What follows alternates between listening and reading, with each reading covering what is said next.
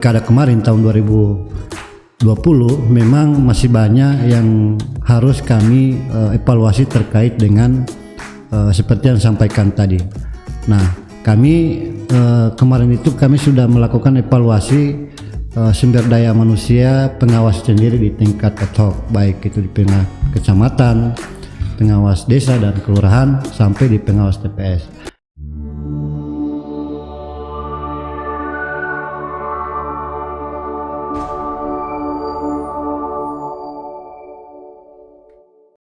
Bismillahirrahmanirrahim. Assalamualaikum warahmatullahi wabarakatuh. Selamat siang sahabat Bawaslu dan pencinta demokrasi dimanapun Anda berada. Perkenalkan, saya Ronald Husain dan salam jumpa di acara podcast Diksi, Diskusi Kepemiluan dan Demokrasi. Pada podcast ini kita akan membahas terkait dengan kepemiluan dan demokrasi, baik itu dari segi pemilihan umum maupun dari segi pemilihan kepala daerah. Dan pada acara perdana kali ini saya kedatangan tamu, yaitu Bapak Muhammad Fahri Kaluku. Beliau adalah Ketua Bawaslu Kabupaten Bonebolango sekaligus Koordinator Divisi SDM dan Organisasi. Kita sapa dulu beliau. Assalamualaikum Pak Ketua. Waalaikumsalam warahmatullahi wabarakatuh. Bagaimana kabar hari ini Pak Ketua? Alhamdulillah baik. Ya. Pada diksi perdana kali ini kita akan membahas dengan tema strategi penguatan kualitas SDM pengawas menjelang pemilu tahun 2024. Seperti kita ketahui bersama bahwa di tahun 2020 dan 2019 kemarin kita sudah selesai melaksanakan pemilihan kepala daerah di tahun 2020 dan pemilihan legislatif, baik itu presiden, wakil presiden, DPR RI, DPD RI, DPD sampai DPRD kabupaten kota. Tentu masih banyak yang perlu kita capai ke depan. Kita tahu bersama juga di perhelatan kemarin di pemilihan bupati dan wakil bupati di Kabupaten Bonebolango masih ada juga yang kurang puas terkait dengan hasil pemilihan. Sebagai contoh, hasil pemilihan digugat di Mahkamah Konstitusi. Ada dua peserta pemilihan yang menggugat hasil pemilihan tersebut. Namun pada intinya bahwa mahkamah menolak permohonan mereka. Tentu ini menjadi bahan evaluasi buat seluruh jajaran penyelenggara pemilihan termasuk Bawaslu itu sendiri. Sehingganya kita akan membahas secara menyeluruh apa saja yang harus diperbaiki untuk menjelang pemilu tahun 2024 ini. Jadi terima kasih Pak Host. Jadi terkait dengan pertanyaan tadi bahwa memang alhamdulillah saya sangat mengapresiasi terhadap pemilihan serentak di tahun 2020 kemarin. Walaupun cukup baik, memang ada yang masih belum puas meskipun memang ini perlu terdapat pro dan kontra itu sendiri. Akan tetapi ini namanya dinamika yang ada di Kabupaten Bonebolango. Tetapi justru ada yang menarik di pilkada kemarin, yaitu tingkat partisipasi masyarakat di Kabupaten Bonebolango itu kemarin meningkat walaupun ini di masa pandemi. Jadi kalau nggak salah kemarin itu 87% tingkat partisipasi masyarakat di dalam hal mereka melaksanakan atau memberikan hak pilihnya di TPS kemarin. Nah ini menjadi istilahnya prestasi buat penyelenggara sendiri, baik itu KPU, Bawaslu maupun DKPP. Nah ini menjadi tolak ukur kinerja kami di pengawas dalam hal mensukseskan pilkada serentak di tahun 2020 kemarin. Tentu itu menjadi salah satu prestasi bahwa peningkatan partisipasi pemilih itu meningkat, itu bagian daripada kinerja Bawaslu itu sendiri. Tetapi juga dalam struktur lembaga, Badan Pengawas Pemilu ini bukan hanya mengawasi dari segi partisipasi pemilih, juga ada terkait dengan penindakan pelanggaran, penyelesaian sengketa, seberapa seberapa meningkatnya pengetahuan pengawas terkait dengan pengawasan, terkait dengan penindakan pelanggaran, terkait dengan juga penyelesaian sengketa. Nah, bagaimana menurut Pak Ketua kinerja pengawas di tahun 2020 dan 2019 kemarin? Terima kasih sekali lagi. Ini menjadi perhatian kami di dalam hal Bawaslu sendiri. Nah, pengalaman kami di dalam hal di dalam hal pilkada kemarin tahun 2020 memang masih banyak yang harus kami evaluasi terkait dengan seperti yang disampaikan tadi. Nah, kami kemarin itu kami sudah melakukan evaluasi sumber daya manusia pengawas sendiri di tingkat ad hoc, baik itu di kecamatan, pengawas desa dan kelurahan, sampai di pengawas TPS.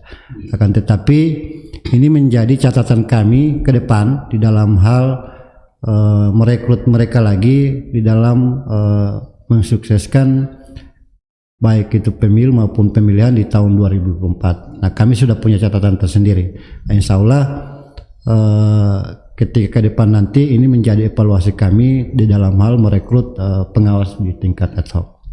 Jadi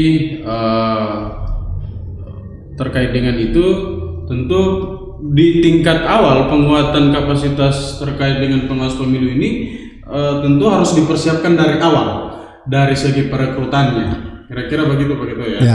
Ya, pada intinya kalau SDM kita kuat, SDM kita mampu memahami regulasi yang ada, tentu Bawaslu itu sendiri akan menjadi kuat di mata masyarakat. Nah, tentu dari segi pengawasan ini, Bawaslu juga memiliki kode etik tersendiri, sehingganya tidak asal-asalan dalam melakukan tugas dan wewenangnya. Kira-kira begitu Pak Ketua. Sehingganya perlu ada semacam strategi khusus. Bagaimana misalnya Bawaslu ini dapat dipercaya oleh masyarakat mengawasi pemilihan ini? Apa saja strategi yang akan dilaksanakan, mengingat kemarin juga Bawaslu sudah melakukan kinerja dengan bagus. Terima kasih lagi. Jadi terkait dengan SDM-nya pengawas ini memang harus kita utamakan dulu, karena mengingat di dalam hal pengawasan ini memang dibutuhkan SDM kita, baik itu bagaimana kita bisa memahami regulasi, peraturan maupun undang-undang, bukan hanya per Bawaslu sendiri, tetapi undang-undang yang lainnya juga harus kita pahami. Jangan supaya ketika kita menerapkan aturan kepada baik itu peserta maupun calon, ini memang benar-benar sesuai dengan undang-undang atau peraturan yang ada. Nah, ke depan ini memang target kami di dalam hal merekrut pengawas kecamatan nanti, yang pertama kita menunggu juknis dulu ya. Pasti ada juknis dari Bawaslu RI terkait dengan tata cara perekrutan pengawas sendiri. Tetapi walaupun kami sudah memiliki catatan khusus terkait dengan kinerja dari teman-teman kemarin, ini menjadi evaluasi kami di dalam hal merekrut pengawas kecamatan. Memang di dalam hal pengawasan kemarin, walaupun di masa pandemi, tetapi memang masih banyak yang perlu harus kita benahi, terutama di dalam hal pertemuan dengan mereka ini juga kemarin kita selalu dibatasi, walaupun kita hanya melakukan daring, tetapi ini tidak maksimal. Nah, ini menjadi catatan kami di dalam hal pengawasan kemarin. Nah, sekarang ini kan Bawaslu sudah meluncing terkait dengan istilahnya Gowaslu. Nah, ini juga menjadi menjadi yang berguna untuk teman-teman pengawas kecamatan untuk mengakses bagaimana terkait dengan peraturan sendiri. Jadi mereka bisa mengakses dari situ. Gitu juga terkait dengan Siwaslu. Nah, ini juga harus mereka akses. Tetapi lagi-lagi di Kabupaten Bone Bolango ini kan ada hasil evaluasi dan monitoring kita kemarin, ada sekitar 20 titik istilahnya yang tidak punya jaringan. Nah, ini juga menjadi perhatian untuk kita semua.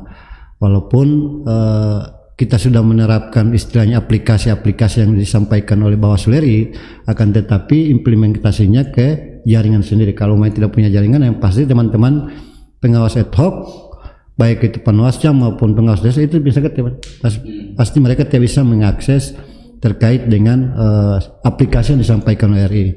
Maka ke depan paling banyak kami akan instan turun memonitoring mereka dan mengevaluasi langsung ke tempat baik itu kecamatan maupun di desa sendiri. Jadi di pilkada kemarin tentu seperti apa kata Pak Ketua tadi, bahwa banyak sekali kendala yang dihadapi oleh pengawas itu sendiri, terutama pengawas kabupaten ketika misalnya memberikan pengetahuan kepada pengawas kecamatan terbatasi oleh pertemuan tatap muka, apalagi di masa pandemi seperti ini. Nah, ini tantangan besar bagi Bawaslu, Pak Ketua. Bagaimana Bawaslu dapat meningkatkan kinerjanya di tengah-tengah pandemi seperti ini? Apalagi misalnya juga Pak Ketua menyampaikan tadi bahwa ada beberapa kecamatan yang tidak memiliki jaringan internet. Nah, ini menarik untuk kita perbincangkan pada hari ini. Bagaimana juga Bawaslu Kabupaten Kota ketika sudah ada pengawas kecamatan ini mampu memberikan penguatan kepada pengawas kecamatan, sementara kita dilarang dalam melakukan kegiatan tatap muka, sementara juga kewajiban kita untuk memberikan sebuah penguatan pemikiran kepada pengawas di tingkat kecamatan. Nah, bagaimana strategi ke depan? Mengingat juga di tahun 2024 ini bukan hanya pilkada yang kita urusi, tetapi di tahun yang sama ini yang pertama kali dilakukan. Di tahun yang sama terjadi dua pemilihan yang berbeda, pemilihan kepala daerah juga sekaligus pemilihan legislatif. Di dalamnya ada pemilihan presiden dan DPR. Kira-kira strategi apa yang akan digunakan oleh Bawaslu Kabupaten, khususnya Bawaslu Kabupaten Bone Bolango, terkait dengan meningkatkan kapasitas pengetahuan kepemimpinan terhadap SDM yang ada di Bawaslu sendiri? Jadi terima kasih lagi. Jadi kalau kita mengutip apa yang disampaikan oleh DPR RI Komisi 2, bahwa pilkada maupun pemilu di tahun 2024 ini mahal. Ya. Karena anggarannya besar. Maka diharapkan itu dan ditegaskan itu adalah bagaimana penyelenggara itu bisa berkualitas. Saya mengutip apa yang disampaikan oleh host tadi, bahwa strategi yang akan disampaikan oleh Bawaslu Kabupaten khususnya Bone Bolango untuk penguatan SDM di tingkat kecamatan maupun desa. Nah, strategi kami tadi saya sudah sampaikan bahwa ada beberapa aplikasi yang disampaikan oleh RI terkait dengan Gowaslu maupun Siwaslu ini kan pasti memerlukan jaringan internet. Nah, tadi saya sampaikan ada 20 titik di 18 kecamatan ini yang tidak mempunyai jaringan internet, bahkan ada satu kecamatan pun tidak mempunyai jaringan internet. Nah, target kami ke depan itu adalah kami akan walaupun ini masa pandemi memang dilarang melakukan pertemuan tatap muka, akan tetapi kalau nggak salah ada batasannya 50% dari jumlah undangan yang akan diundang. Nah, kalau kita hitung seperti itu, kemungkinan di teman-teman di kecamatan itu agak sedikit, tidak terlalu banyak terkait dengan pertemuan yang dilarang itu. Maka target kami ke depan itu adalah kami akan istilahnya menjemput bola. Jadi kami akan datangi kecamatan, kami supervisi kecamatan maupun di desa, kami kumpul mereka dengan protokol kesehatan dan kami akan memberikan penguatan di situ. Itu baik itu SDM-nya, pengawasannya maupun hukumnya. Nah, ini agar supaya teman-teman di kecamatan juga bisa paham terkait dengan regulasi yang akan kami sampaikan. Tapi kalau hanya melalui daring, walaupun kayak kemarin di tahun 2019-2020 memang banyak tantangan yang kami hadapi, terutama di dalam hal pengawasan di masa pandemi. Nah, sekarang akan kami rubah lagi, kami akan turun langsung ke mereka dan akan menyampaikan itu. Insya Allah ke depan target-target kami ini akan tercapai, dan insya Allah juga ke depan juga pandemi COVID-19 ini akan berakhir. Maka supaya penyelenggara itu sendiri istilahnya kami bisa melakukan atau pertemuan tatap muka langsung. Nah, tentunya memang sangat diharapkan ini peningkatan pengetahuan kapasitas SDM atau jajaran Bawaslu ke bawah, mengingat juga di pilkada tahun di pemilu tahun 2024 ini kemungkinan akan ada tahapan yang saling beririsan. Tentunya juga pengawas juga harus paham regulasi, karena dua tahapan ini di pilkada kita menggunakan undang-undang tentang pilkada, di pemilu juga kita akan menggunakan undang-undang tentang pemilu, tidak menggunakan satu undang-undang, gitu. Sehingganya perlu ada strategi-strategi seperti itu. Ya, yang saya tangkap dari Pak Ketua tadi bahwa Bawaslu Kabupaten itu akan turun langsung ke kecamatan memberikan pengetahuan. Nah, yang menjadi pertanyaan kita adalah apakah dengan turun langsung itu dengan metode seperti apa? Apakah dalam metode bintek atau pertemuan biasa?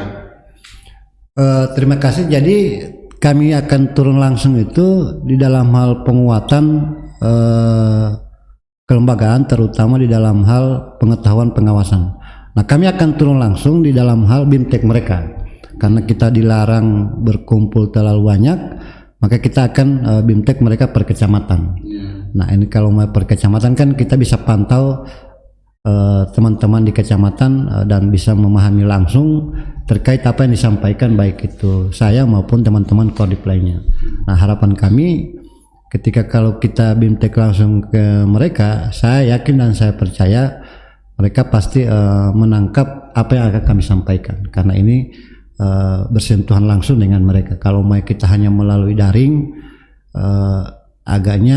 saya agak kurang yakin teman-teman di kecamatan bisa memahami apa yang kami sampaikan. Jangan sampai mereka hanya membuka Zoom tetapi mereka nggak ada. Ini harapan kami. Jadi target kami ke depan insya Allah di 2024 kami akan turun langsung ke kecamatan dan akan menyampaikan langsung kepada mereka, agar supaya mereka tidak istilahnya secepatnya itu menangkap apa yang kami sampaikan oleh baik itu saya maupun teman-teman kodim lainnya. Pada intinya adalah Bawaslu Kabupaten, khususnya Bawaslu Kabupaten Bone Bolango, dalam hal strategi penguatan kapasitas SDM pengawas pemilihan ad hoc ke bawah, itu akan melakukan akan mendatangi langsung seperti yang kata Pak Ketua tadi, bahwa akan menjemput bola, mendatangi kecamatan-kecamatan dan memberikan pemahaman penguatan terkait dengan pengawasan, terkait dengan penindakan pelanggaran, penyelesaian sengketa. Nah, ini menarik dan ini penting, hingganya ujung tombak demokrasi itu ada di pengawas pemilihan. Kalau kita lalai dalam mengawasi, maka akan terjadi kecurangan-kecurangan di lapangan. Dan untuk itu maka perlu adanya penguatan terhadap pengawas ad hoc ke bawah. Bukan hanya pengawas ad hoc, juga Pak Ketua, di tingkat sekretariat juga peningkatan kapasitas dan pengetahuan terkait dengan tugas dan divisi masing-masing itu harus kita tingkatkan. Nah, tadi Pak Ketua sudah menjelaskan bagaimana strategi ke tingkat pengawas ke bawah. Nah, bagaimana dengan tingkat sekretariat? Terima kasih. Jadi teman-teman sekretariat ini kalau kita lihat juga memang kewenangan mereka itu tidak ada. Karena kan semua itu tergantung pimpinan sendiri. Akan tetapi mereka ini selalu membackup apa yang menjadi tugas dan fungsi dari komisioner sendiri. Maka kami juga akan mengumpul mereka juga, sekaligus mereka juga bisa paham terkait dengan regulasi sendiri. Jadi walaupun kami menjemput bola ke tingkat kecamatan, kami harap juga mereka juga bisa berpartisipasi di dalam hal penyampaian sosialisasi akan disampaikan, baik itu saya maupun teman-teman lainnya. Nah, harapan kami teman-teman sekretariat juga ini bisa membantu komisioner, karena kita ketahui bersama bahwa memang sesuai dengan undang-undang itu penyelenggara itu pemilu maupun pilkada itu tanggung jawab penyelenggara, baik itu KPU, Bawaslu maupun DKPP. Akan tetapi kalau kita melihat personil yang ada, nah di kabupaten saya kita hanya 3 dengan mengawasi jumlah penduduk yang kalau nggak salah sekitar 160-an sekian. Di tingkat kecamatan juga hanya 3, di tingkat desa hanya 1. Nah ini maka dibutuhkan peran dari teman-teman sekretariat juga itu sendiri di dalam hal menunjang atau membackup tugas-tugas dari komisioner sendiri. Nah, kalau kita melihat kayak kemarin di tahun 2019 maupun 2020, alhamdulillah teman-teman sekretariat ini selalu membackup apa yang menjadi tugas dan fungsi teman-teman komisioner yang ada di tingkat kecamatan maupun di tingkat desa sendiri. Baik, itu penjelasan dari Pak Ketua terkait dengan kesekretariatan. Sehingganya tadi Pak Ketua juga menyinggung terkait dengan jumlah pengawas, misalnya pada kabupaten misalnya hanya 3, dan di tingkat KPU ada 5, dan di kecamatan juga 3, dan KPU juga 5. Itu juga menarik untuk kita perbincangkan. Bagaimana kita mengawasi, kita hanya 3 pengawas, yang kita awasi ini ada 5 orang. Sehingganya penting bagi kita semua bahwa peningkatan kapasitas dan pengetahuan terkait dengan kepemiluan itu harus kita tingkatkan. Maka benar sekali apa kata Pak Ketua tadi, bahwa kita harus menjemput bola. Jangan sampai yang kita awasi juga lebih pintar daripada kita sendiri. Jangan sampai begitu Pak Ketua. Oke, menarik perbincangan kita pada hari ini, tetapi juga pertemuan kita dibatasi oleh waktu, sehingganya masih banyak juga pertanyaan-pertanyaan yang pengen saya tanyakan kepada Pak Ketua, termasuk juga sahabat Bawaslu dan pencinta demokrasi yang ada di rumah. Tentu banyak juga yang ada di benak sahabat Bawaslu dan pencinta demokrasi yang ingin ditanyakan terkait dengan bagaimana proses perekrutannya, bagaimana proses pemahaman di lapangan terkait dengan pengawas ad hoc ini. Tetapi waktulah yang membatasi kita. Sehingganya pertemuan kita akhiri sampai di sini. Kesimpulannya adalah bahwa Bawaslu Kabupaten, khususnya Bawaslu Kabupaten Bonerolango, melakukan strategi penguatan terhadap SDM pengawas di tingkat ad hoc itu dengan cara melakukan BIMTEK secara langsung. BIMTEK-nya ini tidak diundang per satu kecamatan dikumpulkan pada satu tempat, tetapi Bawaslu Kabupaten Bonerolango akan mendatangi pengawas kecamatan dan memberikan pemahaman dan penguatan terkait dengan regulasi-regulasi yang ada. Karena memang pengawas di tingkat ad hoc ini bukan hanya Perbawaslu yang kita pelajari, bukan hanya undang-undang pemilu yang kita pelajari, tetapi juga PKPU juga harus kita pelajari. Tentunya melalui diskusi kita hari ini kita sudah bisa tahu bahwa Bawaslu Bonerolango akan melakukan atau mendatangi pengawas kecamatan di tingkat ad hoc memberikan pemahaman terkait dengan itu. Demikian pertemuan kita pada hari ini. Saya ucapkan terima kasih Pak Ketua telah bersedia menjadi narasumber di Diksi kali ini. Demikian pertemuan kita hari ini, dan jangan lupa subscribe akun YouTube Bawaslu Kabupaten Bonerolango. Wabillahi taufiq wal hidayah. Wassalamualaikum warahmatullahi wabarakatuh.